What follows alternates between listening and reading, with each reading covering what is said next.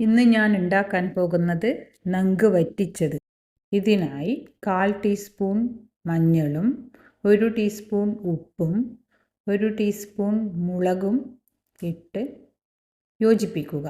ഒരു പാൻ അടുപ്പത്ത് വെച്ച് അതിൽ കരിവേപ്പിലയും നങ്കും ഇട്ട് ഒന്ന് നിരത്തി അടച്ചു വെച്ച് വേവിക്കുക. 2 മിനിറ്റിന് ശേഷം എല്ലാം തിരിച്ചിടുക. പിന്നെയും ഇത് അടച്ചു വെച്ച് പെട്ടെന്ന് തന്നെ വേവുന്ന മീനായതുകൊണ്ട് കൂടുതൽ സമയം വെക്കേണ്ടതില്ല. വെന്തു കഴിഞ്ഞു. കരിവേപ്പിലയിട്ട് 1/4 ടീസ്പൂൺ വെളിച്ചെണ്ണ വേണമെങ്കിൽ ഒഴിക്കാം. ഒഴിച്ച് മാറ്റി വയ്ക്കുക.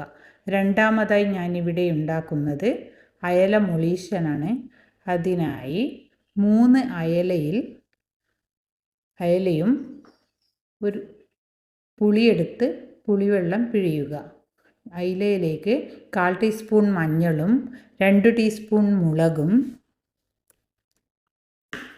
1 ടീസ്പൂൺ ഉപ്പും ചേർത്ത് പുളിവെള്ളവും ഒഴിച്ച് ഒരു 10 മിനിറ്റ് മാറ്റി വയ്ക്കുക.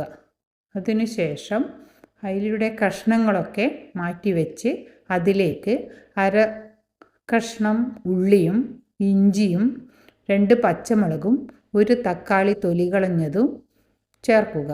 കുറച്ച് കരിവേപ്പിലയും ഇട്ട് തിളക്കുമ്പോൾ അതിൽ അയിലയിട്ട് അടച്ചു വയ്ക്കുക. ഇത് കുറച്ചൊന്ന് കൊഴുക്കുമ്പോൾ എന്തെങ്കിലും വേണമെങ്കിൽ ചേർക്കാം. എനിക്കിവിടെ കുറച്ച് ഉപ്പ് മാത്രമേ ചേർത്തുള്ളൂ.